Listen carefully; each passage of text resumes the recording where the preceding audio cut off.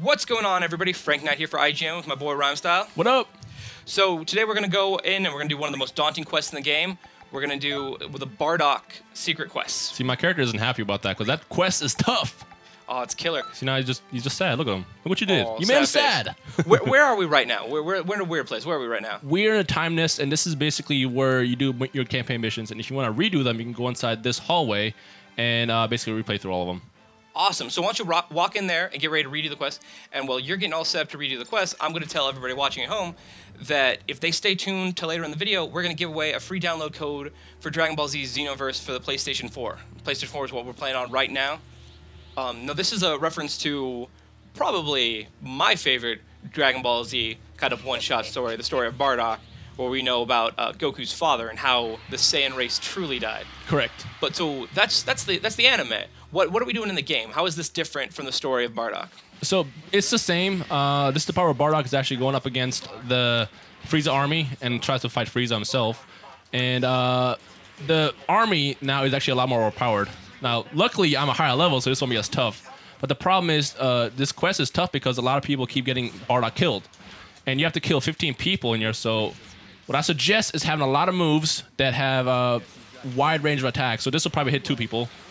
Oh, 3 people. Look at that. 3 for 1. And keep an eye on Bardock's health, which you can see on the bottom left corner of the screen. And if possible, stay close to him. Because if he gets surrounded, he's going to not have a bad time. Or not have a good time. Yeah, so this is one of the glorified escort missions, and there are a couple of these throughout the story mode. Correct. Which kind of make sort of just walls on the difficulty. Things just get really hard really quick because keeping the AI opponents alive is very difficult. So what you're saying is that one of the sections is AoE attacks that can hit more than one enemy. Yes. So my favorite is actually this electric strike that I just unlocked the other day, and then also the super vanishing ball, which is Kid Boo's signature move. So the thing is you see me surrounded right now. Crap, wrong attack. That's still gonna hit 2 people, I think, or 1. When you surround, it's great. It's just glorious because you can just take out multiple people in once. So the trick is to really beat this mission is just keep an eye on his health, which we're doing a great job right now, and stay close to Bardock. For the love of God, don't let him get alone, because if he gets surrounded and he's far away from you, he's not gonna have a good time. The names for all of Frieza's lackeys in this game are ridiculous. Yep. Like Rowberry, they're lame people last names. Yeah, they're based on fruits. So everyone knows Apul, who's everybody's probably favorite character in the game. Probably not, actually. Apul is one of the most useless henchmen in anime history, and he's in his game. But pretty much, there's multiple variations of the henchmen who are just different colors, essentially.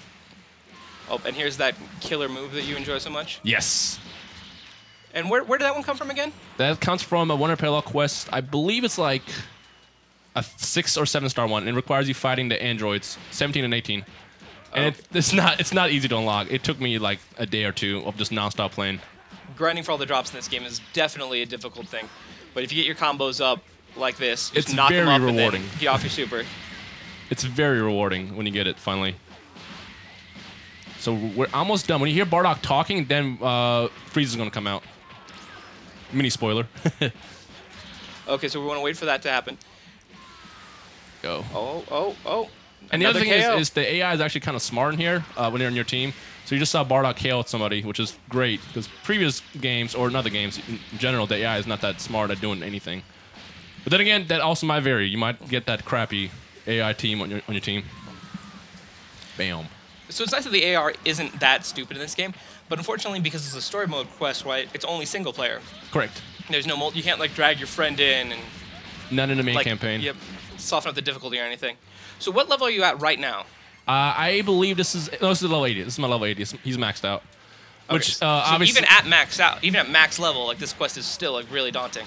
It's easier for me, only because I can stay close to Bardock. The problem with this quest is it's an escort mission, which is every gamer's favorite kind of mission, and that's why I can get kind of annoying.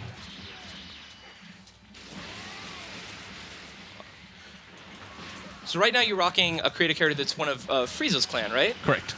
So why did you opt for this instead of a Super Saiyan that could go Super Saiyan and just have infinite ki right now? The main reason why is because I like the designs. I think the Frieza race has the best character creation. And, here we go. It has the best character creation and also has the freeze ray, which allows you to freeze a character and then pull off a move. So it's more of a strategic way to play. I will say that I don't recommend playing as a Frieza race first because it's a little bit more of an advanced race. where everybody else has their basic key attacks, I just have this. And then you can just freeze them, and then see how I just pull off my ultimate with them frozen. So it helps. So it's a little more combo-based than the kind of spammy Kamehameha, like Super Saiyan abilities. Correct. And the only downfall is I think my super attack's a little bit weaker, which is okay, because, you know, if you're a good player and you can just figure out what attacks fit you best, you won't even notice it. Oh, we got 2-for-1 special. There we go. And he's almost done. The unfortunate thing about these quests is, like, we have to kill 15 guys, but there's no on-screen indication of how many are left to go. Yes, that's actually one of my biggest pet peeve about this one. But then again, there's not that many escort missions in here. I believe there's only, like, 2 that were really tough, and that's the Ginyu Force one, which I'm not going to... I spent hours over the weekend, just hours grinding up against that wall. Yeah, and then this one. I never had any issues with the other quests. So here we go. Now he's talking, and Frieza's going to come out. Now, in the movie, this is the part where Frieza blows up Planet Vegeta, which you see in the background. This is the one where he just makes the giant little energy ball on his pinky, throws it to the planet, yep, and everything dies. Yep.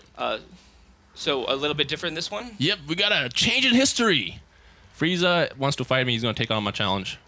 Okay. And this is probably the harder part, because now you have both Frieza and the army attacking Bardock. So what I suggest you do here is go after Frieza. Just go after Frieza, because he can take hits from the regulars, but Frieza could actually probably one-shot him. So, and this, it's just Frieza's life that matters, right? As soon as Frieza's gone, it's over, or it's just have to clean house. Correct, but keep an eye on Bardock's health, because we can still fail this right now. He took what looks like 1/5 of a health damage, but just stick to Frieza, because if Frieza gets near him, he's gonna destroy the health meter. Like he destroyed mine right now. So I'm gonna take a quick health capsule. Always bring items on DBZ quest, right? Always. I tried to like try hard it when I first got this game. I was like, yeah, I'm not gonna use items, and then I was like, nah. Like halfway through the game, I'm like, no way. Gotta always stock up on the health items. It's very much like an RPG in that way. Yep, like traditionally, the Dragon Ball Z games are normally just like fighters, so they're just like little beat 'em ups. But this one has very heavy RPG elements. Yes. And also, speaking of moves, after image strike is great because you can just do this, and it doesn't take any key. So there's a bunch of like escape moves like that, which is not actually helping right now. It don't take key, and you can basically use them online, which will help you out, confusing the people you fight. Oh, that's awesome. So you were talking about like what happens in the actual anime. What is your favorite one of the Dragon Ball Z movies or the one-shot specials or any of that stuff? Ooh, I would say History of Trunks. I love the History of Trunks. I love History of Trunks. I love everything that happens in his future. Yes. Like all that, like one-armed Gohan is awesome. Yeah, Trunks is definitely one of my favorite characters of all time. Outside of that, probably my next favorite would be Battle of Gods, just because number one, it brought back Dragon Ball Z, and then it was just epic. Battle of Gods caught me off, like, I was unaware. I didn't know they were still making Dragon Ball Z stuff. I just walked by a store one day, and there was a picture of Goku fighting a bunny rabbit. I was like, oh my god, what is this?